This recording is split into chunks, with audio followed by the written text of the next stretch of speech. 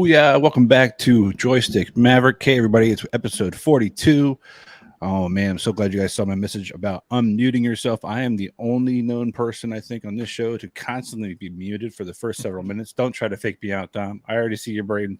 I see those gears working. You're like, I'm gonna be like, hey, I can't hear you. You're not making any noise. I can hear you this time. At least the one person who usually gets the message to me is actually on this stream right now, and he's. I am about to check, so I'm going to mute myself for a second. Let's start from the key here. As always, our episodes brought to you by Tough Wraps. Those guys are a first time, long time, only time sponsor of our show. Thank you once again. As always, Tough Wraps. Use that code joystick at checkout to get 10% off your entire purchase. Man, 42 episodes. I realized the difference between episode 41 and 42 has been 3 months, but there's been a bunch of stuff. I mean, so much stuff in the world. So little stuff in submarines, a lot less than it was 4 days ago, evidently, but the public didn't know. Aliens, they're real. They're in Vegas, evidently, just gambling. And then on top of that, we've got games galore, movies, and man, I can't wait to start the show. You guys ready? Yes, sir. Yeah. Let's hit it. Let's do it. All right, we'll hit the ground running. Star Wars Jedi Survivor. I did not start playing this. I did buy it. This is my first admittance of having too much money and too little time. And I say too much money because it's just enough to actually own the game, not actually play it. That's bad. I don't have any like plastic shrink wrap Blu-rays just yet, but this is just the same. No, it's called a backlog. That's okay. Yeah, and then we all got them. You know what? As a developer, I should have this vernacular down already. So, that's because. Be honest. Do you play like normal mode or do we play story mode? Oh, story mode, 100%. And Dominic, I want to see your Steam library, and then we'll talk whether you have a backlog or not. Ooh. Oh, that's not a backlog. That is, I have a fucking spending problem. And the game's on sale, and I see like 75% off. No matter what it is, I'll just buy it. Steam summer sale, baby. It's not an active which addiction. Is about to happen. Got it. Great. Shoot. Oh no, yeah, you're right. It is right around the time, I think, right in the middle of a paycheck every single time. Oh, did you just pay off your rent? There's a Steam sale. Everything you've ever wanted on sale for 95% off. Still just out of reach of anything. I can get the whole Star Wars collection for $6 and get 65 games I'll never fucking play. Yep. Gotta have goals. But this is definitely one of the ones I will eventually play. It's funny, like the reason I always play Fortnite is I know it's got a 22-minute loop every single round. I can really concisely get my time in and go, okay, I can just maybe do 2 rounds. I can chunk it the first round, get a second one in, and be less than 30 minutes, and then not get in trouble by my kid or my wife. But games like this, and most of the ones we're going to talk about today, like there's just I've become addicted. Like I want to know what the next part of the story is most of the time. I want to find out where that next dungeon leads and things like that. So yeah, for sure. I'll get to you eventually, probably around the next release of the next version of this game, and I'll just watch a recap of the first one, watch a recap of the second game, and maybe play the third one. And then I beat it in a weekend. I think I beat Jedi Survivor in a weekend. You did. You beat it the first weekend it was out, and then I think a week later I had credits on it. Jesus. Yeah, I have this really awesome thing where I'm a selfish human being and did not have children. Your humility is even better than, than I decided to spend my money on TVs, video games, and cars. Nice. I mean, he had to throw the cars in there. Yeah, it's a good thing we're bringing up one of our other topics there in the show is going to be Fast X. We can say whether or not they were nuts. Yes. Next up, Street Fighter 6. Correct me if I'm wrong. This is somewhat of an open world experience, or no? Not really. It's just there's more of a story mode to it where you have like a creative fighter. Well, I just want to say this about Street Fighter. This is the year for fighting games, which is wild because you have Street Fighter 6, Tekken 7, and Mortal Kombat 1 all coming out within a year, within the same year. And all of them look amazing. Maybe Tekken 8, not Tekken 7. Tekken 7's been out. Can someone explain the Mortal Kombat 1?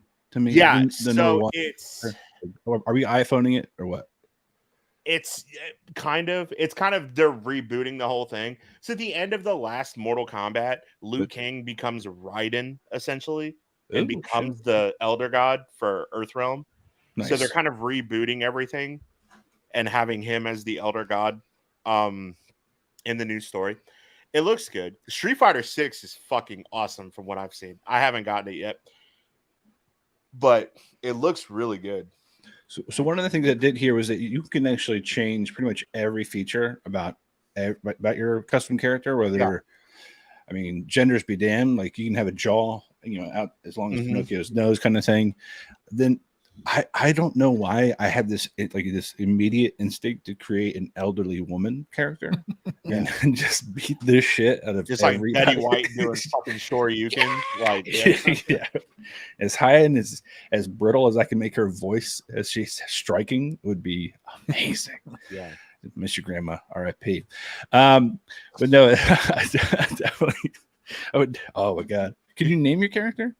Like Oh, nice. Okay. Ryu versus Daryl Dean.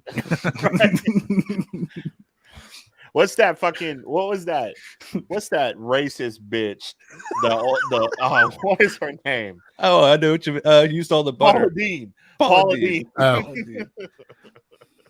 That's what I was thinking of. I thought you were talking about the woman who just died, who would not the person who got Emmett Till killed, Michael. Jesus Christ! You said racist old woman. No. I mean, I understand that's a wide berth, and that there are many. I was thinking Paula Dean. Okay, you're doing broad strokes there. That's right. The next one, Zelda: Tears of the Kingdom. I actually, I actually turned this game on. And I saw the start button. You bought this? I did. I actually have this and Breath of the Wild. I started playing Breath of the Wild. And then again, I got to a point where it was like, I could start a mission or I could change a diaper and then not get yelled at for this today. So I do have this. I have a Switch. That's probably the coolest thing I think I've ever had recently. It's like, not only do I have the Switch, obviously the stand, my niece and nephew come over. Oh, dude, pull out your Switch. They get to swap theirs in. Yeah. It's a brilliant piece of hardware. Yeah. Oh yeah. And this is the next generation, which we'll talk about the Direct coming up. Mm-hmm. This will be the generation where they mess it up because they mess up every other hardware generation. Right. But Star Trek, we had some of our best memories on that Wii U, Michael. Yeah, for sure. Back in the day, we were playing Super Mario Brothers. Yeah. Let me throw a block right there. Let me disappear that block as you need it. I think you're the only one that's played this game, Mike, because I am a creature of FOMO where I'm like, fuck, I gotta buy Tears of the Kingdom because everybody says it's the best game since fucking whatever. Sliced bread. Yeah. And I actually did not buy it. But yeah, you played it, Mike. What do you think? Yeah, I put a few hours into it. I am nowhere close to accomplishing anything in this game because it's so massive. But no, it's really good. It's gonna be another Breath of the Wild for me. It's an amazing game. Yeah. I got distracted by something else, and I will never go back to it. I just think it's fucking boring, man. It's such an open world. It's empty.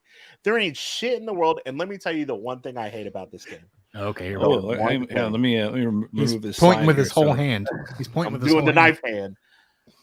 Durability for weapons is fucking stupid. Yeah, I agree. Especially in a Zelda game. I shouldn't have to charge up the Master Sword to fucking use it. I didn't have to charge up the Begoron Sword to use it in fucking Ocarina of Time. That's the one thing that turns me off for this game, other than the fact that it's a completely vapid open world and everybody's like, oh my God, you can create a dick and balls and shoot yourself across this. You just described every WoW expansion to me. Yeah. I mean, first 10 levels, you can't go anywhere on a mount. You're like, I'm just going to walk around kind of faster. Yeah, but at least I can be a fucking dragon in World of Warcraft. Fucking instead of being a Deku nut or some shit. Literally, it's the same game for 30 fucking years, Ernie. Ganondorf's bad. The princess needs saving. Link is not really doesn't really know what he's doing. Wait, are you talking about Zelda or Warcraft? Zelda. No, Okay, Warcraft's not been the same game. Zelda's been out for 40 years, right? At this point? I don't know. No, not 40, 35 years. That's why I said 30. Anyway. Yeah, World of Warcraft is also controversial. You were fucking ColecoVision when you were fucking 15 years old. No, it was an Atari. Thank you, and I wasn't 15. Yeah, mine was a Commodore 64. I'll have you know. Ooh, thank you, rich boy. Hand me down from my uncle. R.I.P. Yeah, when the PlayStation 2 came out. So fuck y'all. Yes, my parents sacrificed life and limb to get pushed into a Barbie display just to get us N64. But Barbie's coming out in movies, so full circle. Yeah. But I imagine your dad like fucking Sinbad from what's that movie? Jingle All the Way? Yes. Or not Sinbad, but fucking Arnold Schwarzenegger beating the shit out of Sinbad. Oh, sorry, Turtle Man. Yeah, it was actually my mom who got shoved into the display by another woman while my dad was able to get to Nintendo 64. Oh my god. He had no idea it happened to her. They got in the car at the same time. He was like, "What happened to you?" She's like, "I got shoved into a Barbie display." And they like recanted stories. It's she's like stitching Christmas herself up with a fish hook. Right. Using her teeth. The first console I owned actually was a NES, and my mom bought it as we lived in the projects with her tax return. So tax gangster. Happy Mother's Day, everybody. That's love, brother. Fuck Father's Day, right? Happy Mother's Day, everybody. Yeah, that's right. Speaking of Father's Day, you know what? Fuck that. I now understand why my dad is near the ripe old age of 70. He's 69. #sex. He's like, "Hey, don't get me shit for Father's Day." I'm like, "You sure?" He's like, "Seriously." And I've made it a point to get him stuff now for like Flag Day or Arbor Day, just out of like pettiness. Nice. But I seem to be. Here's a picture of a fucking tree, Dad. Yeah. I planted it myself in Yosemite in your honor. Yes. Here's your certificate of authenticity. In 75 years, you can cut it down and make your own boat and row your own canoe. But no, the TikToks, first thing that morning, I got a TikTok. My algorithm is so perfect. It was a dude being like, pretending to be a woman. "Oh, Mother's Day is so great. Thank you guys. Appreciate it." And then it was like Father's Day is like, "Here you go." And he gets pelted with rocks. Like, "Happy Father's Day." Yeah. Oh, it cuts back to Mother's Day. "Oh my God, a cake and a car. I can't believe it, guys. Thank you." Yeah, that's how I felt. It was great. And then he comes in. He's like, I got to finish doing the lawn work. What do you need? Yeah. That was exactly my Father's Day. Just want to be left alone. It's fantastic. No kids. No Mother's Day. No, mothers deserve it. It's the hardest job. Those coal miners that have nothing on them. Diablo 4, yeah, and Cole looks like she's on fire by it. Diablo 4. I didn't play Diablo 3. I played Diablo 2 back in the day. It looks good. It's still top down, right? It's still dungeon crawler. Like, it's great. Yeah. Don't change it up. Just make it higher, better graphics. The internet has lost its fucking mind about seasonal characters. In which direction? Oh, yeah. They're like, "I shouldn't have to create a character every season." I'm like, well, I played 2,000 hours of fucking Diablo 3 and had to create a character every season. So you should know that shit, because that game is fucking 10 years old at this point. People are also pissed because there's nothing to do in endgame, because all the dungeons that they were grinding, Blizzard nerfed. So it's not worth grinding those dungeons anymore. And now they're like, how do we level? Like, what's the game plan here? Seasonal content. That's how you level. And then they nerfed everything but one class. And it's like, so is it true that if you get basically to level 85, you're only half the XP to 100? Like, just that's the it's like WoW, where it exponentially increases between levels. Yeah. Like, that makes sense then. But 85. Yeah, but here's the thing. In like a year and a half, the way that this game will fucking work is it'll work exactly like Diablo 3. Yep. Your season starts on a Monday. You wait till your fucking no-life, basement-dwelling, no-sex having virgin friends are playing it for a week, and then you say, "Hey man, run me through some dungeons," and you're level like 400 Paragon in 4 hours. Like, or you do what I do and then wait an extra week and say, "Hey Dom, because I know you got friends and I don't, so I need help. I like the way you spun that. You could have been like, I don't have any friends who don't have sex, and you could have been like real positive. You're like, I don't have any friends. Yeah, 0. Not online at least. Next up, I have work-life proximity or work-life proximity workmates or whatever. Proximity work associates. That's what Ron Swan says. Final Fantasy 16. Did that come out today? Yeah, it came out today. Okay, that's apparently it's fucking dope. I played the demo for this. The demo was really good. I've played about 45 minutes of it so far. You bought it too? It's good. You can't hide money, Mike Mahaffey. Oh, Mike Mahaffey, rich boy. Rich boy. Everything we pulled up, Mike's like, "Oh, I bought this." I bet you bought the $100 edition of Diablo absolutely as well. Not. No, of Diablo? No, you did not. You did. I seen you on before the game came out, Mike. You bought the $100 edition of Diablo. No, it was the $89 edition. Thank you very much. Sorry. We don't round up here. Yeah, right. We don't money shame either. Just kidding. Yes, we do. No, and I got this. I got Final Fantasy. After hearing Kind of Funny's review on it, they were all like, "It's the best one." I'm so hot to call on Kind of Funny's reviews on things because like I can't trust Tim Geddes as far as I could fucking throw him. Yeah, but like Greg Miller, I'd normally trust, and Andy Cortez, I normally trust, and Nick Scarpino is just an old man. So yeah, for sure. Let's see. Next up, we're going to talk about a little bit of controversy before we get into another set of controversy. And I'm sure it's called Name That Sex Offender. Actually, that's unfair. Michael Jordan just punched, or Michael. Whoa. What's his name? Where's Scottie Pippen? It's the other black guy, John David Washington. That's I'm racist. just kidding. It's not John David. It's not. You better stop. Michael Jaleel White. Michael Jaleel. Yo, I would not fuck with Michael Jaleel White. Are you kidding me? What is this fucking guy's name? Jonathan Majors. Jonathan Majors. Oh, not Michael B. Jordan. That's the lead singer of Korn. Completely different. I've been drinking. I'm sorry. I've been drinking. Jonathan Majors isn't a sex abuser. He just punches. Hey, I want you to know those charges for strangulation were dropped as of 2 days ago. So really? I thought he was going to court in August. The charges for strangulation were dropped 2 days ago, but the charges for hitting a woman with a closed fist were not. Else is still on the table. So this is probably why Marvel's not going to Hall H. Yeah, because it's like, hey, our two standout stars can't fucking keep them hands to themselves. So. Well, no, it's probably they don't know what they're doing at this point. You know, really what are they going to present?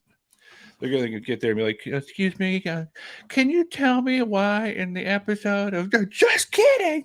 What's up with people trying to hit others and then F them? What's up?" Like, and sorry, the 11-year-old in the front got a little mouthy there, just crushing kids' dreams. The Tinoch Huerta stuff, if you read about the woman that let me hear the spin zone here. No, if you read about the woman, who had acid thrown in her face. Yeah. Yes.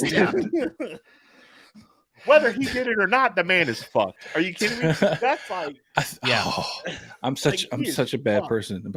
Like she had acid thrown in her face previously. Sounds like she usually deserves it. Oh no, sir. No, sir. Yeah, she's a saxophonist and an activist. I can't be on this anymore.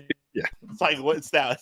It's like that woman with two black eye jokes. It's like he's already told her twice.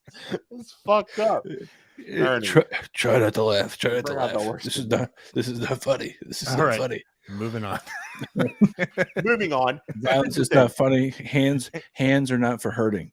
Hands are not for hurting. Equal rights, equal fights. That's right. Tay don't touch no square. Speaking of, I don't know, hands are not for hurting. These guys hurt my heart. It was good. Yeah. I really like this movie. Loved it. Rolling in. This is our movie section of the episode. We're talking about Guardians of the Galaxy Volume 3. That's right. It's been that long. That came out. It came and went. We've got a couple other movies coming up, and we haven't talked about it. I freaking loved this movie. The emotional manipulation with Rocket. They did a great job, I think, of having a little bit of like space dust before it came out, where like James Gunn said Rocket was the secret protagonist of all three. Yeah. And of course you go like, oh yeah, no shit. But really, though, you keep spinning it a bunch of different ways. But I think it was just a great little like push in viral marketing. Hey, this is how you get people to talk about it. We're going to talk about a bad way of getting viral marketing in a little bit. Wait, so but yeah, the best part of this movie to me was Adam Warlock's entrance to Heart, because I fucking love Heart. Yeah. And also, I really love that they didn't just pigeonhole Gamora back in, right? And like just been like, oh well, I do like you, and blah blah blah. They kind of stuck to that, which is great. Yeah, did you read that didn't Loki her? The deleted scenes on the physical edition prove that the High Evolutionary survived at the end? Well, I think they proved he survived at the end in the theatrical version too, because what you talking about, Willis? Drax, it showed Drax carrying somebody off of a High Evolutionary ship. They just didn't focus on it. Like that kind of group shot where they're getting off of his ship. Yeah, he's got somebody over his shoulder. Oh, okay, that makes sense. Yeah, I guess it could be anybody, but at the same time, that would make more sense why Drax would give a shit. He seems pretty hyper focused. Yeah. But no, I'm coming around on wrestlers as actors, and we'll talk about that when we get to Fast X. Yeah. Wait a minute! Don't switch yet. Don't switch yet. Okay, man, we wasted the good transition on you. I know, but I gotta talk about this movie because it was so good. It was my favorite movie up until 2 weeks ago. My hands up, But now I love the Flash. Okay, my hands up. Oh, no, sir. What I loved about this was this worked for me on like a bunch of different levels, right? Like because we had the emotional beats with Rocket, we had the comedy with Mantis constantly falling on her head for whatever reason. I don't know. Like every time she fell out of space or wherever, she was landing directly on her face, and it was hilarious the whole time. But also, like there were moments where if you didn't watch the Christmas special, you wouldn't have caught it. Right. But it didn't take away from the movie if you didn't catch it. Like when Peter Quill says, talks about, or she hears Rocket, Nebula hears Rocket over the radio, and she like kind of takes a beat and like composes herself, because during the blip, they were the only Guardians left. So for 5 years they hung out together, and you kind of saw, at the end of the Christmas special, when she gives him Bucky's arm, like there's a relationship there that they don't have to like focus on and like feed the audience. It's just implied through small actions like that. And this is one of the reasons why I'm super excited about James Gunn taking over the DC IP, because he's really solid. Everything he's put out in the last few years is worse than what it's done right now. Sure. Save it for the next one. Let me hear you spin that one a little harpy. But no, I gotta agree with you. I think my favorite person in the movie is obviously I love the Rocket Raccoon stuff, a little bit of story with him and the animals. But I actually really liked Groot, and just how he, his storyline wasn't like just a repeat. I become old Groot, and then now he's King Groot. Spoiler alert. Hang on, let me throw that banner up. Spoiler alert. But no, I mean it leaves things open, right? You still get the potential of another Guardians version, right? You've got the Peter Quill going back to his grandfather thing. I look forward to see what comes next. Yeah, here's my question about Groot. How much bitching and moaning do you think the prima donna Vin Diesel did to say, come on, man, you got to let me say something else other than I am Groot one time? Oh, I don't know. I wonder if they tried to charge him as a voice actor like they did Pedro Pascal. Yeah. They're charging me by the word here, man. I'm only saying 3 words. I could double my salary overnight. We are family, right? And it's like, oh, speaking of family and Vin Diesel, yes, we got a second chance at the transition. This movie was so fucking Fast X fun. Oh no, it was stupid. It was so stupid. Jason Momoa was so good. Oh, he was great. The rest of the movie was a fucking snore fest.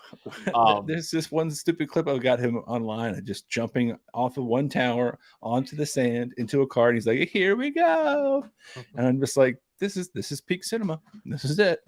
The only thing I've seen from this is the clip where he says, like, I'm Dante, enchanté, and he does like this little twirl, and I'm like, Jason Momoa can do no wrong. Like that is. Oh, just wait until he's fucking accused of touching somebody's butt inappropriately. Let's hope that doesn't happen.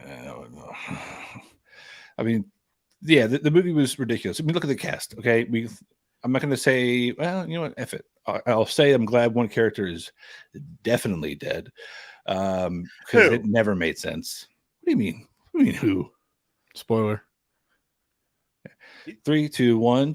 John Cena. John freaking Cena. This is where I came has around to be on dead. Wrestlers is he's so mushed in the car at one point. There's no that big. He can't reach and he can't stretch his back. He's got such big muscles. He's not scrunching down in that car. Wasn't it Fast 4 where like 3 people died at the end from the main crew? Here's the thing about what happened with that. Say right now, I'm gonna wax poetic with you guys for about 30 seconds. The reason why Fast and the Furious is the way that it is today is because in the third movie, they painted themselves into a corner. Because they put out Tokyo Drift, and the only likable character in that whole movie, they fucking killed. Allegedly. So then they were like, fuck, everybody liked this character. So now we got to do 4, 5, 6, and 7 with that character as the prequel to the third one. Yeah. And then we're going to do flashbacks to the third one where everybody is way fucking older. Yeah. And like the guy from the main character from the third one looks fucking emaciated. Aged immediately. He looks terrible. He was supposed to play a high schooler in that movie. And he looks like he's 60 fucking years old now. Yeah, Friday Night Lights turned into Saturday Night Pints real fast. Yeah. And then, like, they've done it. There's not one character other than allegedly right now, John Cena, that has died and stayed dead. Because the other character that they allegedly from the fourth one, she's back. Yes. Now get those characters back. Yes. When she just shows up, I'm like, this is in a submarine. This is some bullshit. She fell from a plane, plane onto a runway under a wheel. It makes no sense. She survives. Okay. But those poor people in that submersible. But Jason Momoa was really great in this movie. He's hilarious. There's a scene with him and Brie Larson, and like Brie Larson standing on a car, and he's like, "Can you get off my car?" And she like, of a gunfight. She's wearing like Christian Louboutin shoes that have spikes on them, and she like rubs him into the car, and he's just like, so disrespectful. So good. My favorite bit is like at the start of the movie, he's clearly like it's coming across like this is your typical Fast and Furious villain. They're upset and now they want revenge. Switch over to hi guys, and he's talking to dead people who have little tea cozies over the blunt force trauma in their brain and their skulls, and he's like, you're right, Brian, I really should hurry up. He starts clacking on keys, and he's like, there you go, all your money's gone. Drinking a fucking margarita. Ridiculous. Fantastic. Best part of the whole damn movie. Peak fiction. It's fantastic. I do appreciate that what's her face from Suicide Squad who played the rat, the Pied Piper. Yeah. Chick was in Rat Catcher too. Yeah, she's cool. And then Alan Richardson's in the movie. Jack Reacher, who wears way too tight of shirts. I don't know if they're tight enough, my man. Just ask Dante. They were best friends. Have you seen Jack Reacher? He's huge. Great. He's ripped and jacked. Yeah. and incredibly violent. And it's really great that you watch that and you're like, oh, this is what the actual books was like. Like he was like a 6'8" Neanderthal, and then it's like, we're gonna get Tom Cruise to play him in the movies because Tom Cruise is in everything. And then you hear about Tom Cruise potentially being in a DC film. Don't even fucking get me started. We can talk about that for an hour and a half, where I'll just get pissed off about Green Lantern. However, I did see the trailer for Dead Reckoning. Fuck Tom Cruise, but Rebecca Ferguson's fine ass is in it. Simon Pegg. Pegg. The chick from Hobbs and Shaw is also in it. She's great. Deckard's sister, right? Yeah. Right. Jason Statham's sister. I almost said Deckard Kane. I got Jonathan Davis. Not Jonathan Majors. Right. Not Michael B. Jordan or John David Washington. Yeah, completely different people. But yeah, the funny thing is we're going from one like basically ensemble cast to yet another one with Spider-Man Across the Spider-Verse. I guess part one. Is it part one? From the worst movie that's come out this year to the best movie. I wouldn't say that Fast X was the worst, but because I think there's one that was a little bit worse. I'm going to tell you right now, these next two are definitely fighting for last place. Like they're really, really fighting. Oh, fuck you! If we're talking about Transformers, no, fuck you. Fighting. Having said that, Indiana Jones is next week, so we don't know. Oh, I got stuff to say about that. Yes, for sure. Yeah. I will definitely. I love Nazis. That's what Mike has. Yes. Yeah. He's like, nailed it. Anything Mads Mikkelsen said, I'm just going at it. So let's pop off Spider-Man Across the Spider-Verse. It definitely deserves its own little section of here. I love the movie visually from the get-go. I had no idea what to expect from the entire storyline. But even I, somebody who does this show, who's into comics, reads comics, my brain kind of went, what the fuck is a canon event? And then had to be educated. Thank you very much to my team here. So. I love this movie so much for 3 reasons. 1, Miles Morales is incredible. Yeah. 2, the audio design of this movie, even though the audio was fucked in the theater, which they fixed, which Ashley and I are going to go see it again this weekend. Smart. Was exceptional. And 3, you speaking Spanish? The visual design of all the different Spider-Men. Yes. And I know how it took 2 years to animate Spider-Punk. Yeah. Is fucking insane. And I think I heard that he is like each part of him is animated differently. Is like at a different frame rate. Yeah. And it's fucking a masterclass in a world where AI is a thing right now, and we'll talk about it with Secret Invasion because the whole internet has lost its mind about that. How did you not think of it immediately? But I digress. To have a movie that just celebrates art like this, like the first Spider-Verse movie hit me in the fucking feels like anything with a dog hits Mike in the field. You watch your mouth. That goes both ways. Yeah, I mean, also me too. But like Mike is like, that little raccoon in Guardians of the Galaxy looks just like my dog. Rocket does look like my dog. Yeah, thank God that he lived through that movie. But it's such a beautiful movie, and it's so well thought out.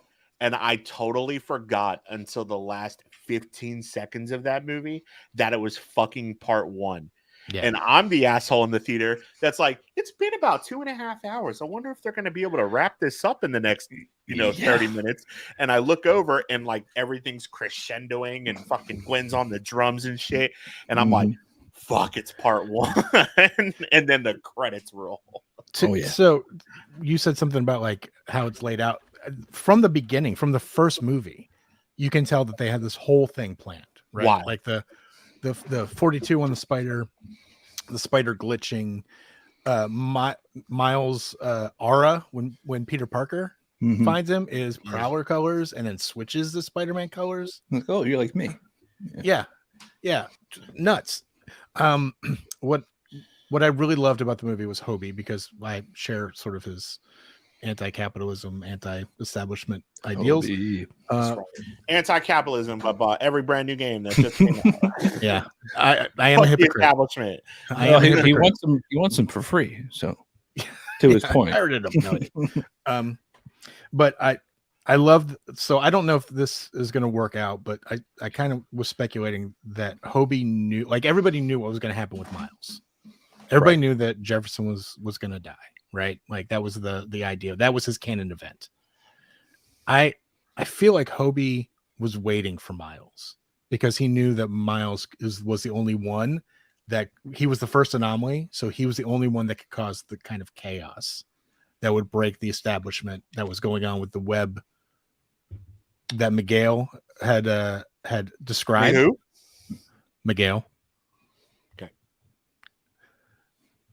I'm sorry. It's not my first or second or any language. He wanted you to say Miguel Huerta. It sounds like you're saying Mikhail, like Gorbachev. Gorbachev. What did I say? So we see him perfectly. We see him like ratcheting up his plan as they're walking towards talking to Spider-Man 2099. Because he's starting to grab stuff because he knows he's got to like create the new watch and help Miles break out. He's got it all planned out up to the point where he says, "Oh, by the way, I quit," and walks through the portal. Yeah. He has the whole thing planned out. He knows what's happening. Yeah, so it's definitely it. So what you guys already mentioned? I held up 3 fingers for a reason. You mentioned that everybody in the Spider-Verse, they all are done at a 1 frame refresh rate. My main character Miles, he's done at a 2 frame refresh rate, so he's slightly out of sync with everybody. And then Spider-Punk is every 3 frames he gets a new, so it's slightly even more out of sync with everybody. I love that design, but to go back to your point, Spider-Man 2099, I think he was the first anomaly. Right? He's the first anomaly, and it's him that caused Miles. Yeah, not Bagel Time is very funny, but I think it's because him going to the other universe, trying to pick up where a previous self died. Miles might have been the first person, so if he severs Miles, he gets to continue having his universe. Maybe so. Just cut the dead thread, and they can keep going on. I'm gonna get incendiary for a second here. I'm very passionate about this. Only right now. But listen, let me tell you something real quick. Everybody knows. Well, not everybody, because you guys know. This is typically an audio podcast. I am mixed. Okay, I am half black and half. Oh, I thought you meant your opinion. No. This movie's a masterpiece. The discourse from a certain subsect of people when this movie came out about how Miguel O'Hara was a racist to Miles Morales because he was an Afro-Latino had me fucking crying. I'm like, y'all just can't be happy. And I say that not as a white man who's like, you people just can't be happy with anything. But as someone who's Afro-Latino that's like, no, you fucking idiot. That's not what this movie's about. But it's funny to see all everybody do the stop motion animation with their action figures about. And also, the other thing that, as someone who comes from a Spanish-speaking family, the idiosyncrasies of the language that is used between those two characters is funny because, like, the Mexican population lost their fucking mind when Miguel said coño, which is a Caribbean term. And everybody got, what? Mexicans don't say that. And I'm like, yeah, I get that Mexicans don't say that. But they might in 2099. But they might. And also, everybody says that at this point. Well, it's not like he's saying bizcocho and meaning pie. You know what I'm saying? Like, they're just slipping that one past the youngins, right? Yeah.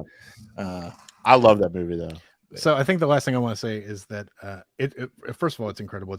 It'll be the best movie of the year for me. It'll be my favorite movie, but not Transformers: Rise of Beasts. I didn't see it. I probably won't. I stick to your gun. Fuck Mattel. Do you guys think Hasbro, right? that Earth 42 Miles is actually bad?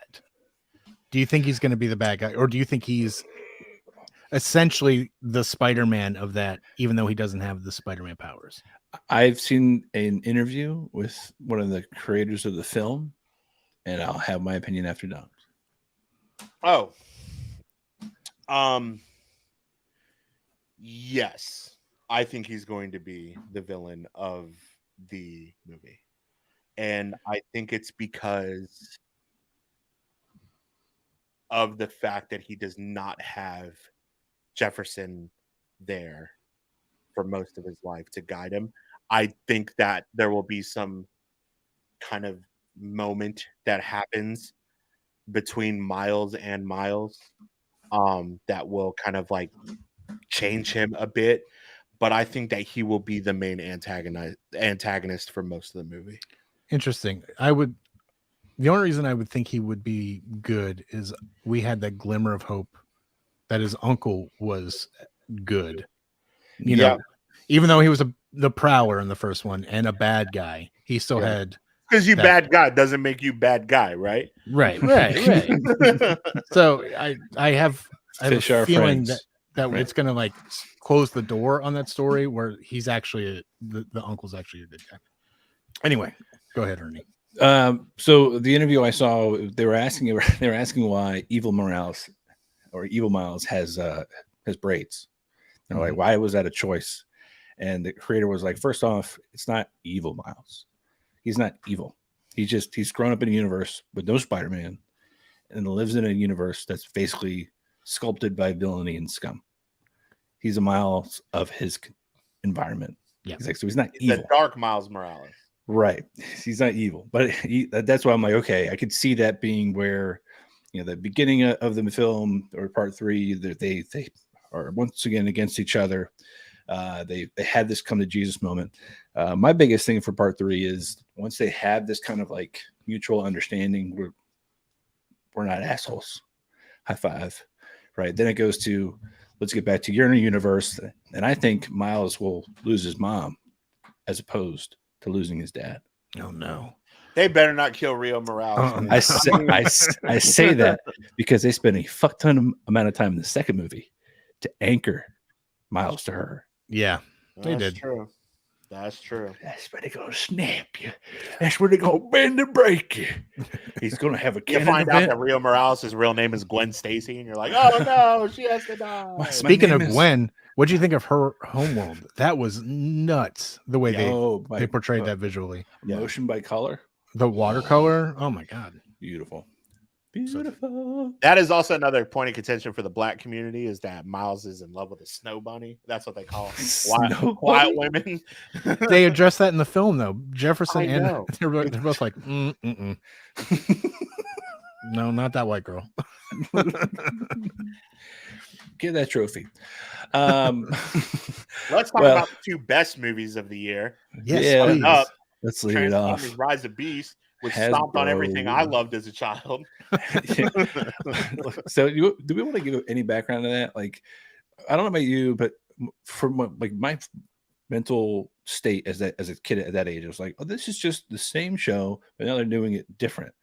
Because it was Optimus Primal, and I understood that's basically the same dude. They were the same fucking yes. Yes. And I was like, because they have a Starscream in the goddamn show. Exactly. And a Megatron. I was sitting there going, do they put his consciousness in the robot at the end of the series? Like, how does this work? And then they end of the show. And now we get to the movie, and I'm like, well, this is fucked. Why do they have gorillas on this planet? They've never been to Earth. Also, let's just get the cards on the table here. Anthony Ramos cannot fucking act. He is fucking awful. He was great in The Heights. I was going to say, was singing most of the time. And he was also in Hamilton, which he was singing all of the time. So he's a performer, and he can perform really well. And he plays like the Puerto Rican from fucking Bed-Stuy. Real great. Like, I get it. It's all my cousins from fucking Brooklyn. I see them. They all talk like that. But only if they're singing. Like, god damn, dude, that guy can't act in this movie. And this movie was a fucking train wreck from start to finish. It was, man. It was also just boring. Yeah, it was slow paced. His emotional anchor is like a 7-year-old or 6-year-old or whatever. And named Tails. Right. And I can't help it. I can't help it. It's goddamn Pete Davidson. His voice is like his best friend. So it's really difficult. I heard he was actually good, though. I heard he was probably the only good part of this film. I thought he was fine. It's like Lizzo and Jack Black in Star Wars. Okay, it pulls me out. It pulls me out. There are specific actors who, when they do voice work, pull me out immediately. The guy from The League, the cousin, what's his name?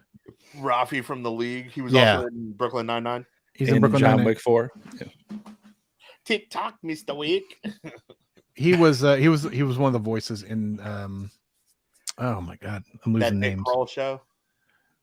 Well, yeah, in that but I'm talking about the superhero show that Seth Rogen. That's on Amazon Prime. Invincible. Yeah. He's one of the. And every time I hear him, I'm like, I know that's the guy from the league. Just like Rafi. Yeah. He's just dirty. Just dirty vibes. Yeah. Just dirty. Which I love. I definitely love hearing a little bit of their podcast. How did this get made? Yeah. Like fantastic. But yeah, I mean, and then of course at the end, I mean, I hate to say it, the robots look dope, right? The animation is great. They've done this a billion times. It visually looks great all the time. And then you get him getting his own exterior armor from right. If I was Kevin Feige, I would be on the fucking phone tomorrow being like, who the fuck do you think you are to make an Iron Man suit? And it is the grayest gray animation. It's the same fucking one. I was sitting there and I'm like, it's just imagine that scene from fucking Jay and Silent Bob Strike Back where Chris Rock is the director of the movie and they pull out fucking their bong sabers and fucking Chris Rock is like, George Lucas is suing somebody. I thought of that scene immediately. And I was like, man, if I was Kevin Feige, I would shut the studio down. Dude, it was so fucking stupid. The worst part for me was just like the look of it. Like it could have been cooler. I mean, I realized that all the robots are boxy and look like cars from 1994. But like he didn't have to look like an old Nissan. Right. You know what I'm saying? he didn't have to have that Datsun look. And let me tell you, he could have been in a probe, a Ford probe. Had I not known that it was G.I. Joe at the end, I fully thought that it was going to be like fucking, he was going to turn over I would have fully thought it would have been like S.H.I.E.L.D. or some shit because they set that shit up like a Marvel crossover. If I've ever seen that, he's like, we're putting together a special team of special forces doing special shit and we need your expertise and we've covered your brother's medical bills because, hey kid, you saved the world. And it's the one guy in the movie who plays that fucking special agent in every fucking TV show. From Jack Ryan recently. Yeah. Yeah, he's the same fucking guy in every movie. I was waiting for John Krasinski to walk out. Like, right. I really need you to help me out. I'm the smartest man alive. What is happening? Yeah. But terrible, just terrible all around. I mean, again, the animation's great. You don't have to have humans in a Transformers movie. I'm going to tell you right now, you're going to have a better movie. Just put them back on a planet. No humans. Let them roll. And Ashley was like, Ashley looks at me and she's like, is that really what happens in Transformers? Like they can like take parts of their bodies off and they can make suits for people. I'm like, listen, I watched Beast Wars as a kid and I didn't see not one fucking human one time. Because Beast Wars was set in prehistoric Earth. That's right. But it wasn't even set. Primal is Optimus Prime. And I was so mad that Megatron, the fucking T-Rex, wasn't in the movie either. I was so mad. Not a single dinosaur in sight. Like, oh yeah, we're waiting for part 2. It's happened in 1995. Right, where's Rat Trap? The fucking rat with wheels on it. It's Rat Trap. I'm just waiting for Slinky the dog to show up too. Chief looked great. Rhinoc looked great. Razorwing, not Razorwing. Yeah. It's something wing. But we give it away. The bird. Her voice fucking takes me out of the movie too because it's just Michelle Yeoh. Yeah, it's like, dude, is this Everything Everywhere All at Once? Are they cutting to this? And she's like, I'm back trying to pay my taxes with my husband and my daughter. So real quick, which one of these vehicles did Dom Toretto drive? Because one of the Terracons is actually a Nissan GTR. Oh, there we go. I would have not been surprised if fucking Paul Walker's ghost got out of it. Putting together a team. They're going to have to kill him in the next Fast and the Furious. Who, Dom? No, Paul Walker's character, Brian. He's still alive, Mike. In all of our hearts. Paul Walker's been dead for fucking 10 years, and they're like, the world's ending, and everybody's like, where's Brian? He's like, he's at home with the kids. Yeah. You remember when Chris Farley died and that was it Beverly Hills Ninja came out? I think it was the movie like post-mortem that he was in. Yeah. It just feels almost abusive now.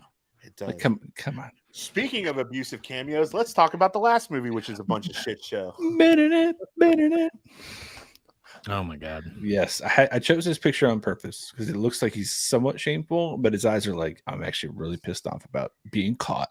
Can't believe you guys judging me for my taste in women's that are under the age of 18, and I'm gonna lie about protecting her mom from their abusive father. Nobody's gonna catch on. I'll run it out. Ugh.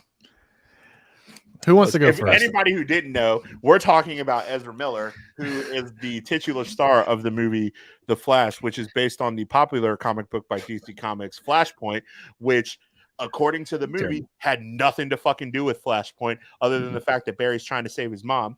Yep. Which is great.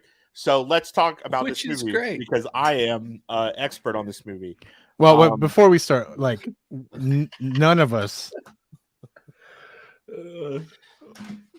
I don't think any of us think that this movie should have come out. Oh, you can speak for me. 100%. Yeah, because of Ezra, Ezra Miller. Mm-hmm. And I think if they would have predicted the actual box office numbers, they probably wouldn't have put it out. Yeah, they probably wouldn't have. I mean, they canceled Batgirl, which back. starred Brendan Fraser, who is currently in his prime at this point on the come up, and Leslie Grace, who was the standout star of In the Heights, and then also had Michael Keaton as Batman being Batgirl's mentor, who is the only reason to even fucking watch a pirated version of the movie The Flash. They canceled that movie because it didn't screen well. Meanwhile, Flash is on track to lose $300 million, which I don't have a lot of money lying around. Like, I don't have $300 million lying around. But if I'm a studio and I was like, man, this movie's going to lose $300 million. It's off his dime. Won't go see it in the theaters. Like, I mean, somebody like that. In the theaters because let me tell you what, cameos are great. Like the app? When the actor's alive. And also, when they're not CG'd, John Wesley Shipp didn't even realize he was in the fucking movie. Like, and they is he in the movie? And it looks like Teddy Searles from The Flash. Yeah. So are they saying so? Nobody knows who that is, right? It's a fucking AI generated face. Shut up. Yeah. Teddy Searles has come out and said, like, that's not me. I thought it was Teddy Searles. That's what I said to you. It looks like him. It looks exactly like him. But he's like fucking George Reeves essentially killed himself because he was typecasted as Superman. Yeah. What kind of tone deaf bullshit is this? The only cameo that made any kind of sense was the Nick Cage fucking Superman, because Kevin Smith was like, yeah, but like, I said from the beginning when the fucking reviews of this movie came out that I was like, something smells fishy here because people are talking about this movie like it's fucking Infinity War. And then everybody started seeing it and everybody was like, man, this movie is fucking great. It's awesome. It's the best thing since fucking comic. It's the best comic book movie I've ever seen. And then my dear friends, Michael and Ernie go see this movie, and Michael, you called me and was like, don't go watch that movie. It's terrible. Ernie, I'm gonna drop for just a second. You say your piece and I'll be right back. Oh yeah. Let me see. I'm gonna get him out of the way here real quick. Yeah. So to me, the movie had, I'll be kind and say 2/3 were a good film, and the reason I say that is because they were filmed long ago, when that little boy still had joy in his heart and hadn't found whatever made him turn evil. It took 10 years in production to get this freaking movie out. I mean, a full 2 handfuls to finally get the film out. When they announced this movie, fucking Batman was Jeffrey Dean Morgan.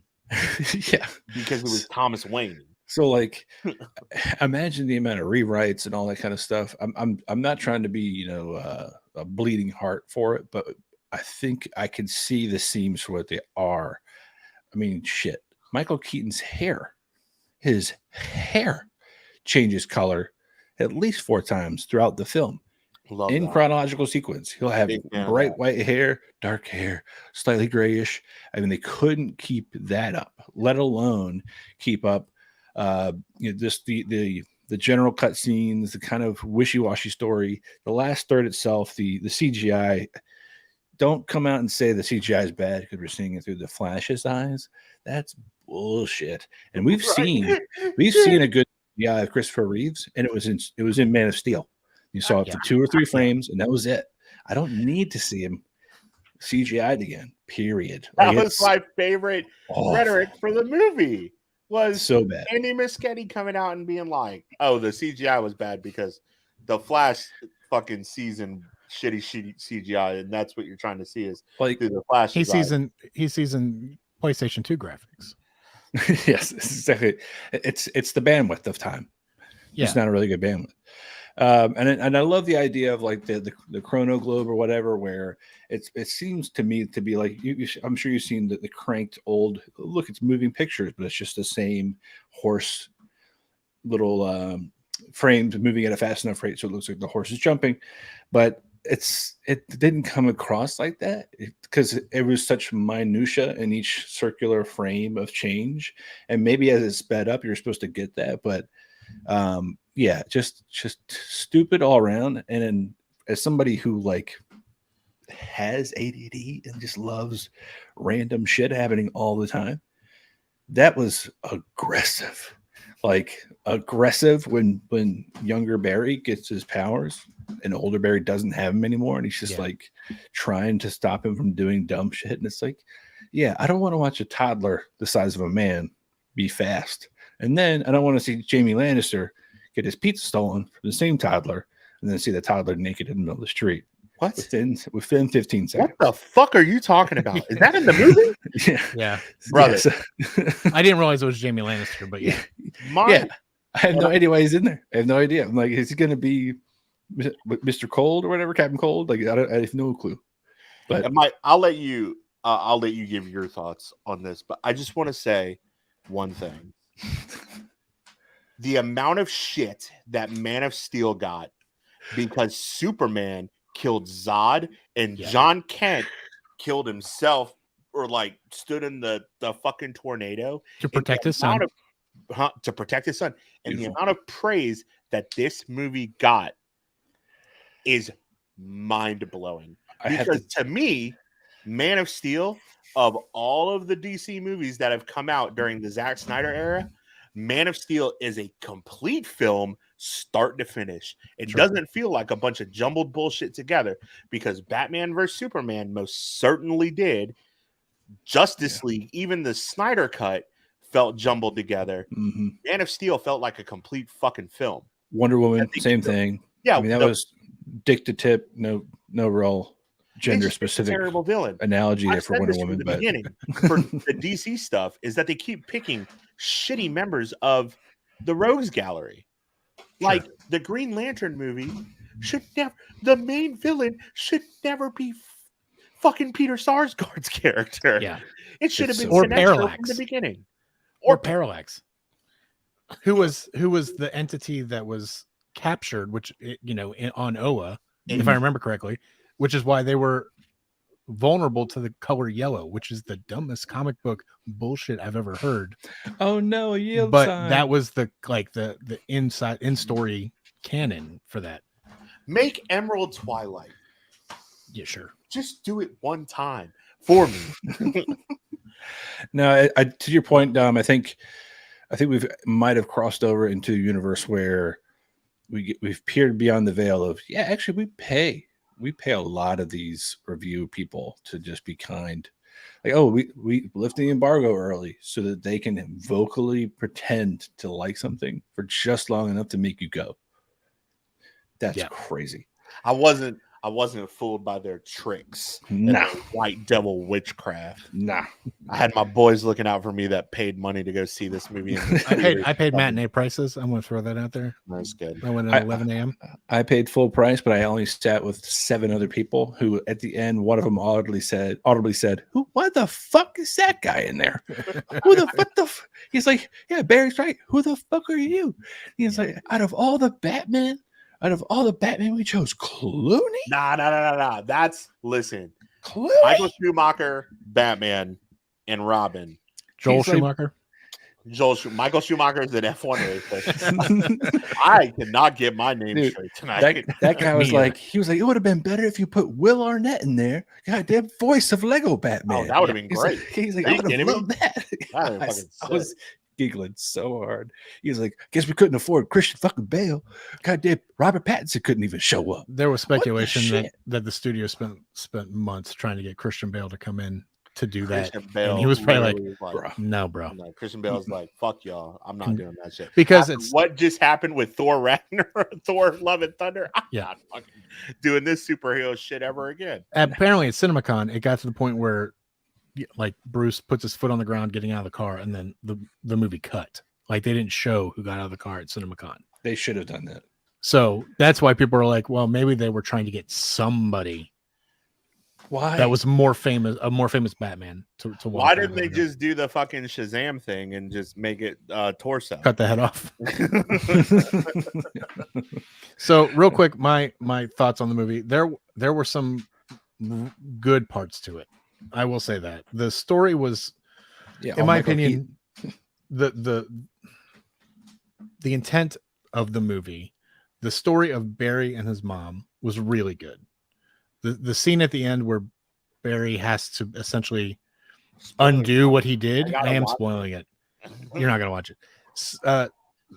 Real quick, what happens is his mom gets killed because she sends his dad to the store to get a can of tomatoes because she forgot it at the grocery store.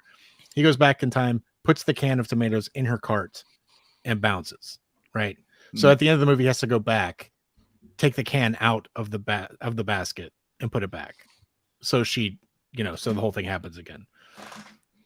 The scene where his mom, that's the problem. They never talk about it, which is stupid. I know they had Matthew McConaughey for a little bit as Reverse Flash. I'm like looking at this screenshot of his face. Right. Yeah. That's Reverse Flash. Yeah. Right now, rolling into right after whatever the Superman movie is, he should be Reverse Flash. We should recast his ass. Are you fucking kidding me? I'm not. The whole point of fucking Flashpoint is that it's Zoom. Yeah, for sure. But when he takes the can out, he stops. He gets out of the Speed Force. He's in normal clothes, and there's this moment between him and his mom. He gets to talk to his mom for the last time, and it's really good. Like because they did it early. Well, yeah, both actors are like bringing their A game. And that's kind of where the good stops, right? Like the beginning of the movie, Ezra is overacting, kind of like he did. And I thought maybe this was just a choice. And at the end, he will have grown through the story and he will act more like he did when he was dealing with young Barry. But no, he went back to this like over the top approach to the character, which I was like, what the fuck is happening right now? Yeah. I've heard a lot of people who have seen the new Indiana Jones and talk about the de-aging and say there's a problem there. They should stop doing that. These people also say that they love the Flash, but they did the same tech. They took Ezra Miller's face and put it on somebody else's body for most of the scenes where they're in the scene together, and it's terrible. It's so bad. Riddle me this, Batman. Why the fuck is Ben Affleck, George Clooney, and the fucking Michael Keaton Batman in the movie, but the Flash is the same actor in two different universes? Canon event. Right. Canon event. Also, I mean, Gal Gadot's in the movie for like 30 seconds. Yeah. Yeah. How much do you think they paid her? As much as a Shazam or less? And she was after the movie, she was like, she has come out now and she's like, I'm fucking done with Wonder Woman. And I'm like, I don't blame you, girl. Yeah. Because set dressing. You killed it in the first movie, and then they fucking gave you Wonder Woman 1984. Yeah. Which the only part of that movie was good was Pedro Pascal. Kristen Wiig and Spanx. What was the implied sexual assault of the body that Chris Pine took over? Oh yeah. Yes, I'm inside you. Oops. So yeah, she comes back for a 10-second joke that was actually pretty funny, but she did the same joke in Wonder Woman, where Chris Pine grabbed the lasso of truth and like couldn't stop himself from just spilling his guts. It's just now it's Batman and Barry. Say, "Come on, Barbie, let's go party" in the movie. Yes. Oh yeah. No, that's not real. It was awesome. Yeah. They did it to each other. Not fucking real. Yeah. Yeah. He goes, "Come on, Barbie," and then the other one goes, "Let's go party." And they, so they start fighting. But then they don't play the song.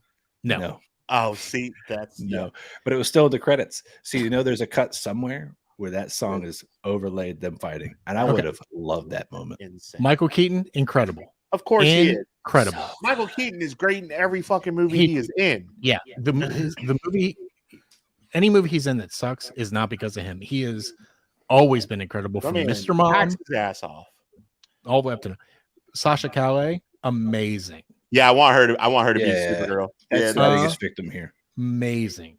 Like she to me she was Supergirl.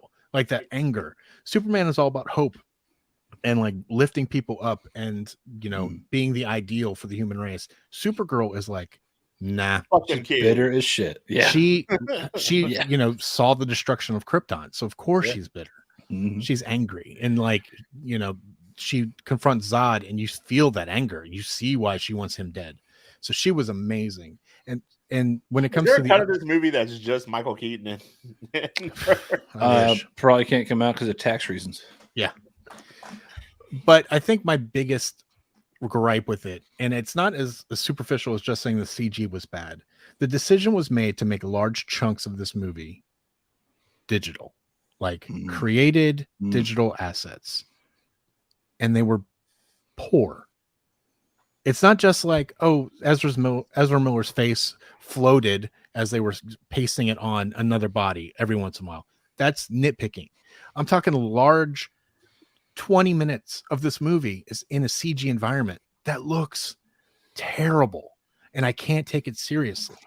And all the cameos at the end of dead actors.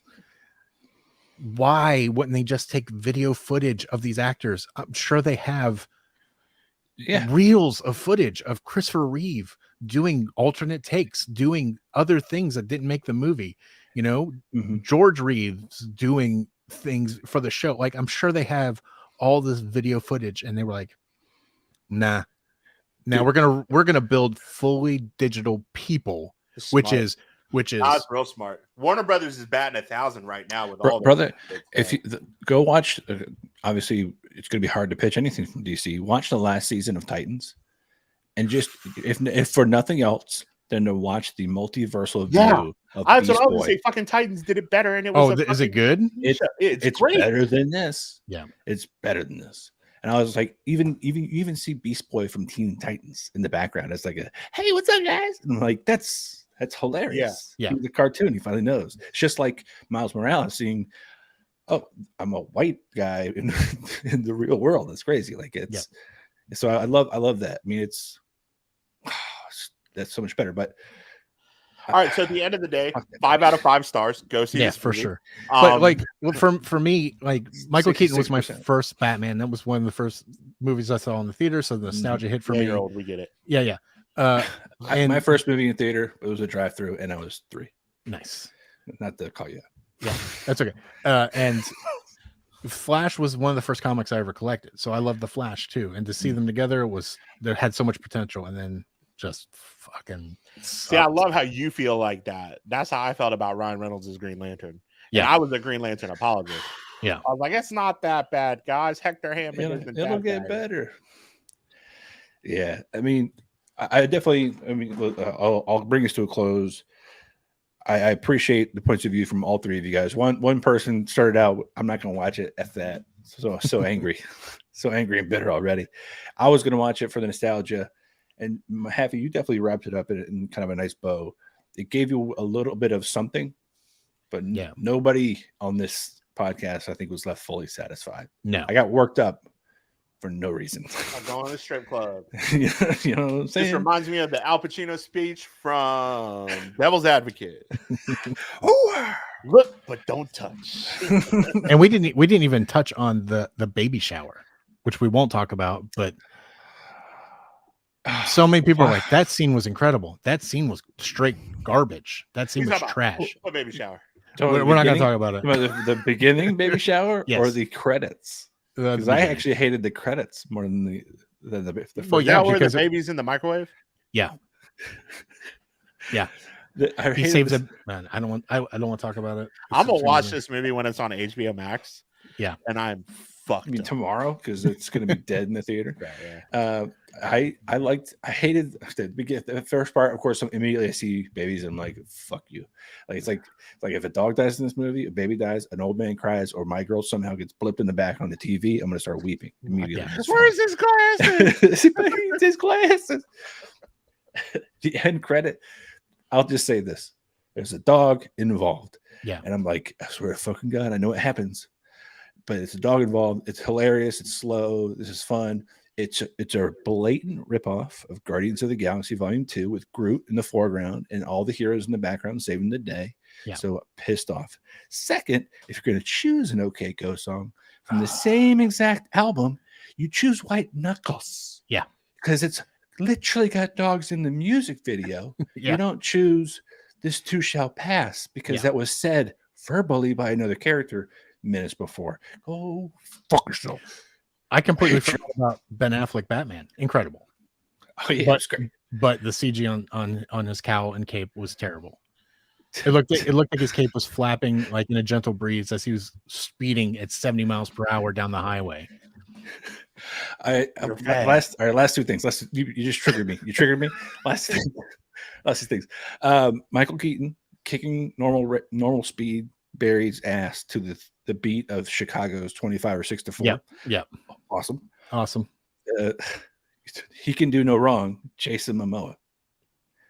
Best drunk acting I've seen since Always Sunny. Yeah, sure. I don't even think he's acting drunk. I think they had to get him liquored up just to be in this fucking movie. And then in this timeline, you weren't even born. Your dad was blah, blah, blah. My lifetime. Just like, yes, lifetime. Awesome. All right, fuck that movie. Next up, we're going to wrap it up with a couple of things that are actually good and then things that are coming soon. I personally am super, super excited for Secret Invasion. Yeah. Having just read the comic, thank you again, Dom, pointing in the right direction there. But more importantly, anything that's spy related in Marvel has been good. But Black Widow was a little out of order. I love Black Widow. It was out of order. It was out of order. Yeah, if that movie came out 2 years too late. If that had come out in between Winter Soldier and Civil War, I would have been crying. Tears. But having said that, anything that's spycraft is great. I think there's low-hanging fruit there to emotionally manipulate, but also make you inquisitive, ask questions, and actually not be pissed off when every episode you're left with more questions than the ones you got answered the week before. I have not watched a Marvel property in so long that has me not knowing anything of what's going. Like I feel like I can't trust anything that I see in that show. Mm-hmm. And like I get weird vibes from everyone. Like the scene between Talos and Nick Fury where they're like head to head. Yeah. And it's very intimate for Nick Fury. Like and then like it's just everything seems so off in that show, and I love it. Like I kind of wrote that part off as like a scroll custom, and Nick Fury and Talos have been friends. It could very well be, I mean, they've been 40 years at this point. Yeah, for 40 years. Right. I love the kind of horror element that's in this. Like when at the end when he's tailing the guy through the crowd and he keeps turning into people you've seen throughout the episode to show that they've been watching him the whole time. Chilling. Yes. Like the little girl with the ball. In this? Yeah. Oh, yeah, that rainbow ball. Yeah. I'm like, I immediately thought of, I know Men in Black said, they thought of the original Men in Black, where Will Smith shoots the girl in the forehead, and he's like, "Why did little Susie have to die?" And he's like, "That little girl, she's out in the hood, reading quantum physics. She is 8 years old, Zed." Like that girl at night at Russia and Moscow. Yeah. Okay. It's like that. That's. Nah. But and then the woman who was on the date, like it reminded me of like the opening of the original Mission Impossible. Yes. You yes. Oh yes. Which I love that movie. Yeah.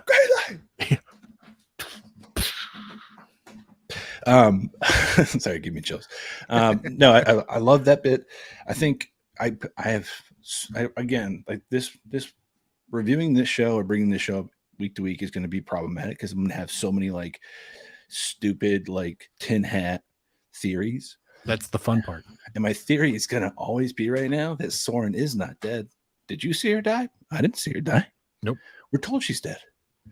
She touches foreheads with Talos. That's it. Yeah. When Nick Fury gets picked up, who's he picked up by? Talos? No. He's picked up by Homegirl. Yeah. Who maybe Soren doesn't know that's really her. Maybe Soren doesn't know that's a Skrull, right? So she's got to pretend Earth's gravity hurts her knees. I think it's not Nick Fury the whole time. I think he's still up on Saber. Saber. That's why he's in Marvels. He's been fine this whole time. It's just Skrulls fighting Skrulls, and we're just fools, though none the wiser. Yeah. But yeah, so good. It looks good. Yeah, it's good. I like it. I'm excited for more. Poor Kobe Smulders. I don't think she's dead either. Like, well, I mean, that's how you set the bar, though, right? You kill a character who's been in the franchise since the original Avengers movie. Mm-hmm. Yeah. In the first episode. I love the symbolism of her bleeding out. She looks like the Russian flag, you know. She got the red, the white, the blue. It would be American flag, red, white, blue. Everybody did. Okay. Do you think that she knew it wasn't Nick that shot her at the end? Yeah, I think so. I would was say, like, it's you. Yeah, it was you, right? And yeah. I feel like saying that is obvious, right? Like, I'm telling you, you shot me. It was you. Yeah, it's more like a warning. Yeah, than anything. But that's the agent, the ever steadfast agent, I think. But I was so pissed when when Agent Ross, aka non-British accented Arthur Dent, was actually a Skrull. I was so pissed. It's like, come on, man. Well, do you think that was Freeman? Do you think that was our Everett K. Ross? Again, that's like the whole thing about this fucking show right now is like you can't trust anything that you see on the screen. Yeah. Because of that. So I'm like, oh, was he a Skrull in fucking Wakanda forever?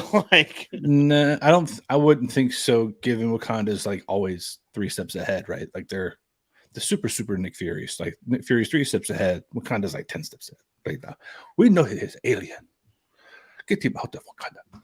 Oh, and to go back to right into that African accent real quick. That's out of respect. It is out of respect, not mockery. It's a paint a picture. There was that scene where Maria Hill does call Nick Fury out for not being 3 steps ahead, which could be taken as a clue as well that's not Nick. Maybe she's giving away like, I know you're not him. Right.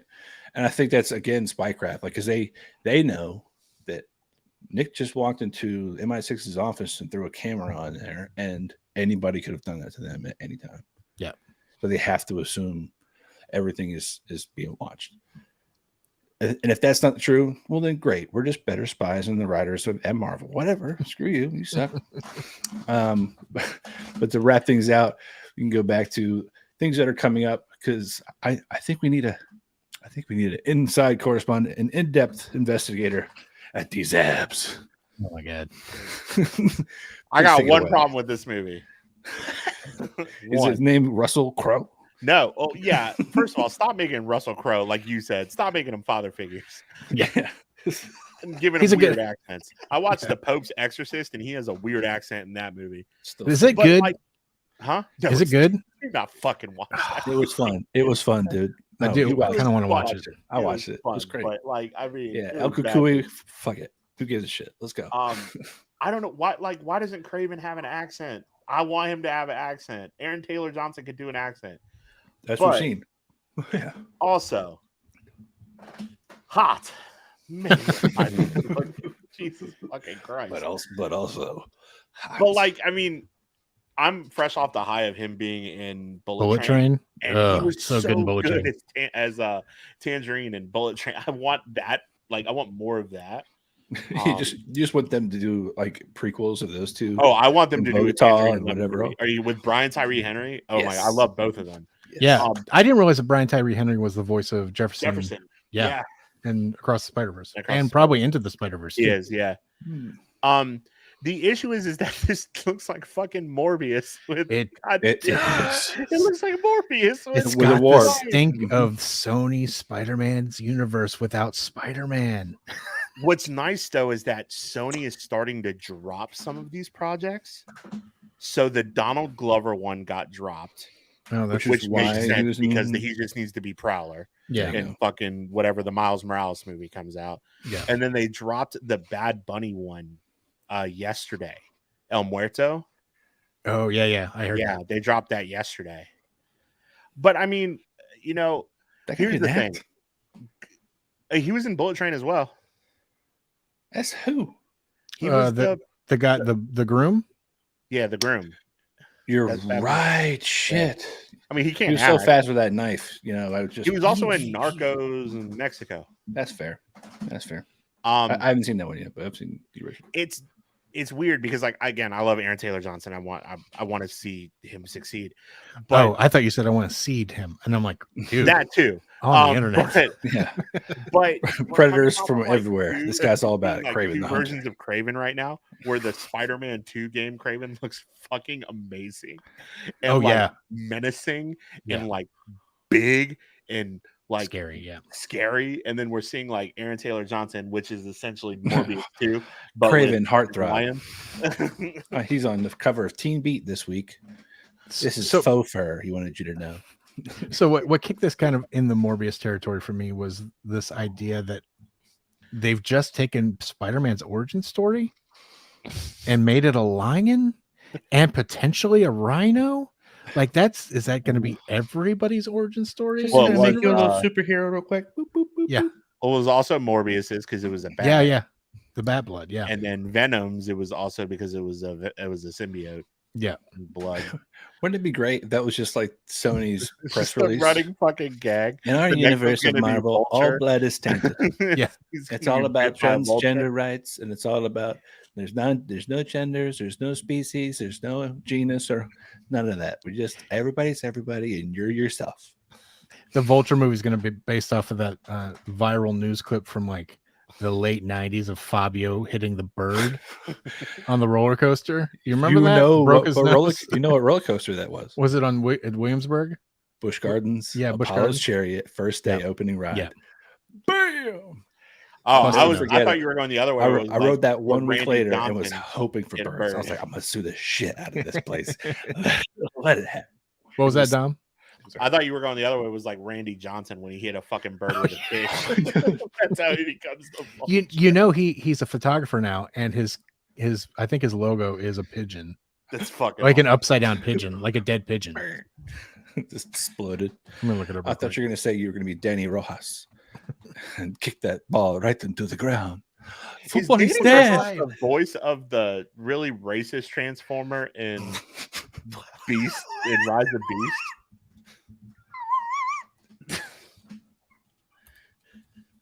They had this running joke in Transformers, the new one, where they had they go to Peru, and there's a Transformer in Peru that has a Spanish accent, but he doesn't speak Spanish, but they just made him Spanish because he's in Peru. Hilarious. And then Anthony Ramos starts speaking Spanish to him.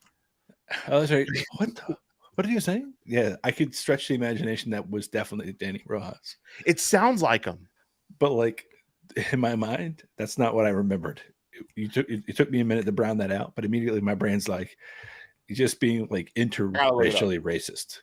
I gotta look it up because now I gotta know if it's who it is. Like just being racist between the DR and the PR, and like I would that's what I thought was happening, and I just thought I was so woke that I didn't notice it for some reason. Like I'm just completely oblivious to the racism amongst the same races. It's gonna be some white dude, I guarantee it, and I'm gonna be fucking pissed off.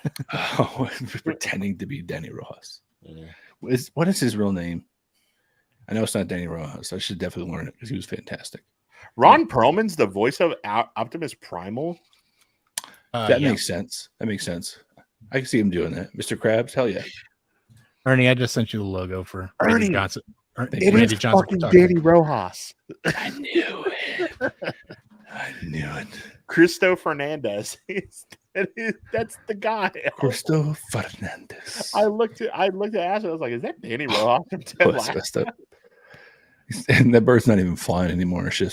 It's dead on its back. Just dick up. Yeah, that's awful. But it's so good at the same time. That's fucking awesome. It makes you wonder.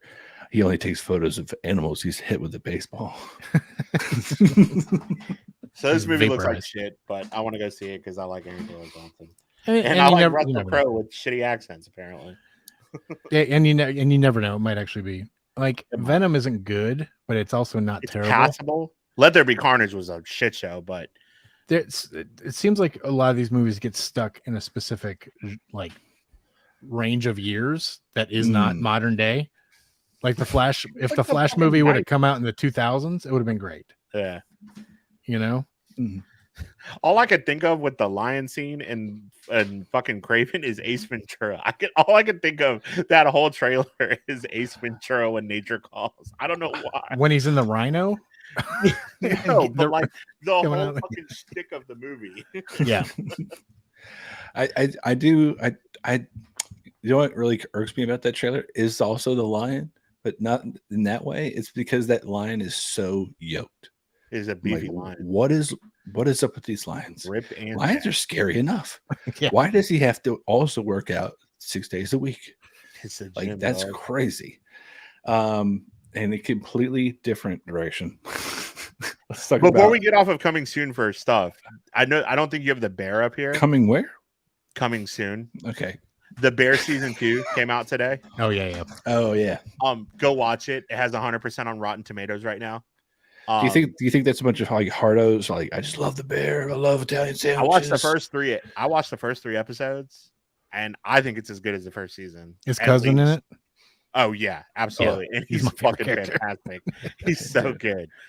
You're talking about the tall guy, right? The guy, yeah, Eben, yeah. That actor is every time I see him pop up in something, I'm like, you're the best. Yeah, it's really good. I don't know how he looks like he's always kind of like could be sick. He probably smokes too many cigarettes. He had like a really bad night the night before, but Ernie, we used to look like that at Apple. Shut your mouth. Shut your mouth. It was the flooring and the lights is what that was. It was the fluorescent lights. Yes, from every single direction, and also the desire to die. Speaking of desire to die, Super Mario Wonder. Yes. This looks Mario great. Bros. Wonder. It's a 2D, right? I mean, yeah. Kirby Farm, it's 2D. It's a 2D platformer. Yeah, I love it. It looks great.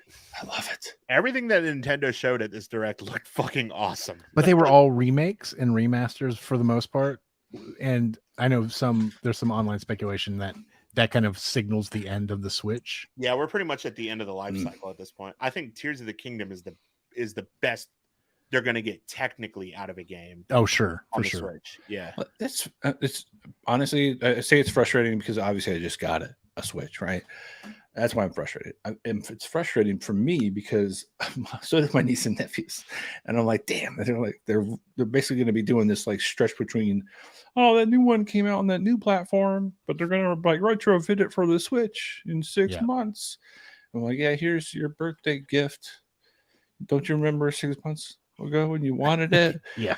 I mean, the good news about Nintendo is that they don't typically sunset that shit for fucking years. Yeah, and that's true. I mean, when the Wii U came out, the Wii U games were pretty few and far between for a very long time until they really did sunset the Wii. And I mean, fucking 3DS, they just stopped making games for that like 2 fucking years ago, and it's been out for damn near 15 years. Game Boy Advance. I mean, the original Game Boy still played. Yeah, I mean, they're typically pretty good about stuff like that. That's crazy. That's great backwards compatibility. But I wonder where they're going to go from here because they do not keep the current design for the next gen, which the Switch is such lightning in a bottle. It's such like the perfect console for Nintendo. Yeah, so, I don't know. I don't think it's going to be a Switch Pro. Yeah, I don't know. It's a perfect tablet. It sits on your desk. You get 2 hidden controllers. You can physically move. You can still have the OG controller style. It's funny how often we're talking about it, get pissed off that they changed the physical form factor of their entire line for some reason every couple of years. I'm like, man, could you just not? Yeah. Could you just up some specs for like a year or two? Like just a little bit of a super edition of that? You've had the word super hanging out there for so long. Just give me a super Switch. Switch. I would love to see them release 2 consoles, like a handheld console again and like a stationary console like they used to. Yeah. But their like infrastructure is so bad that there was no way that they would be able to sync between 2 consoles very well, right? Like I don't know how it works now. I do know that you have to have a home console and a satellite console if you have like if you have 2 switches, Like one of them has to be right. home only, and one is the one you take with you. They work like Netflix accounts. Yeah. That's dumb. It has to attach. It has to talk to your Wi-Fi. That. Yeah. Fuck that. Yeah. They're and all their what was it? Their audio, to be able to like TeamSpeak, to be able to talk to your friends in game. Terrible. Mm-hmm. They had like a whole contraption Mm-hmm. that you had to get and separate software you had to add. Like it's awful. You say TeamSpeak? Yeah, you know what I mean. Fucking old are you? Like Discord? Well, you use TeamSpeak too, so. I did. You mean there was a small keyboard attachment that went to the bottom of the switch, and then there was something, I can't remember exactly what it was, but it was like an audio dongle. Yeah. Oh god. That you would have to plug your headphones into. Let me guess, did it go in the charging port? Yeah. No, that's so fucking stupid. Well, hopefully at least this game will be cool. Yeah. Is the soccer game out? Super Mario Bros. Strikers? Is that out yet? Okay. I think so. Damn. You're right. This is probably end of life. This sucks. But the Super Mario RPG looks good, the remake. Yep. I didn't play Scarlet or Violet, but the DLC looks good for Pokemon. Detective Pikachu remake. Batman Arkham Collection on the Switch is a fucking fool because those games are. I mean, the first two might be fine, but Arkham Knight will not run. I'm gonna tell you right now, I'm buying that for like both of my niece and nephews. Well, here you go. I got you 3 in 1 at 4 frames a second. 3 in 1. You're a great uncle. Do you think Arkham City will work on that? Even it might. Arkham Asylum was my first PlayStation 3 game ever. Nice. Which, granted, I bought that late too. I have a track record. Arkham Asylum, Arkham City, and Arkham Knight are essentially as good as a superhero game can get. Yeah. And then other than Spider-Man, the new Spider-Man game is. But the new Spider-Man games play like the Arkham games, right? Which is why they're good. It changed, yeah. And all of those games hold up exceptionally well. Yeah, and they're all decades. Like, I mean, Arkham City came out over 10 years ago, and it still holds up exceptionally well. So, I played Arkham Knight like a year ago. Yeah, and I know we talked about this game earlier. One question for Mahaffey. So, Final Fantasy 16. So word on the street, it's the same game designer, essentially the same fight style from like Devil May Cry. Yeah. Does that really carry over? Oh shit. Yeah, that's why I'm surprised Dom hasn't jumped into this yet. I bought it. I haven't played it yet because I've been watching Yellowstone. Oh, Kevin Costner's last few episodes or whatever. Well, Ashley hasn't watched split it. We're watching it from the beginning. Are they splitting the last season into 2? They already did. Okay. Yeah. Then the last part of season 5 comes out in November. Damn. Yellowstone's fucking amazing. Have you ever watched it? I've only just started the first season. I'm probably like 4 episodes in. Ooh. And I enjoy what I was watching. It's so good. It's like Succession with horses. If you finish that and you still like that style, you're still in the mood for some cowboys and feeling real tough. Young Guns. Yeah, with Emilio Estevez. Lou Diamond Phillips. Kiefer Sutherland. There's a show called Outer Range on Amazon Prime with Josh Brolin. Oh yeah, I've heard about that, and it's awesome. Also, Justified. I love Justified, but it's Josh Duhamel or Timothy Oliphant. I don't know which one. They don't even know. Yeah, their moms don't even know. You saw the clip. The fact that Josh Oliphant got Josh Duhamel got to be in Timothy Oliphant's Christmas card, and his mom didn't notice. Yeah, hilarious. Outer Range is only unique because it deals a little bit with time travel. And that's what I was going to ask. Yeah. So it's a little bit of that extra plus. Yeah, I want to watch it. Plus some familiar faces. Good shit. Cool. Well, there it is. Episode 42. Ending on an awkward as usual note. Can we just stare at each other for like 5 seconds? How many names did we get wrong tonight? Because we've been fucking up the whole night. All of them. Yeah. What did I just say? Timothy Duhamel? Josh Oliphant? Yeah, I mean, they're the same. But who's the actor from Secret Invasion? I'll end with the Secret Invasion who plays the president, right? The Wedding Day guy. he's constantly getting confused with the other McDermott. Dermot Mulroney? Dermot Mulroney is getting confused Dylan with McDermott. Dylan McDermott. Who is the president in Dylan McDermott? Hey, this is true. not Dylan Mulvaney. That's not it. Ben Mendelsohn? No, that's Dermot Mulroney. Is that who it is? That I said it was. It Dylan, is Dermot Mulroney. Okay. Yes, right. Dermot Mulroney gets confused with Dylan McDermott. They're both handsome. They are both handsome, but their names are so similar to where even on SNL, he's in some skit. He's like, "Am I Dermot Mulroney or am I Dylan McDermott?" And he goes, "I don't know. I don't know anymore. I don't know who I am." It's the Paxton Pullman issue. Yes. Those, They're both Bill. Those, They're both Bill. Just RIP or not. I don't know. I can never send the right condolences anymore. But yes, the best. There's one more, but I can't remember either. Shout out Bill Pullman. RIP. No, see, he's not see, dead. see, America's president.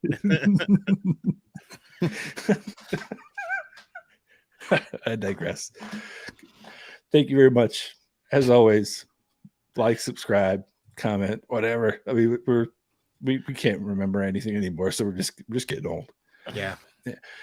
Dom, enjoy your Mylanta. Josh, sorry, John, Josh. Mylanta is great right now, dude. I haven't had the bubble for like enjoy your seltzer. Good night.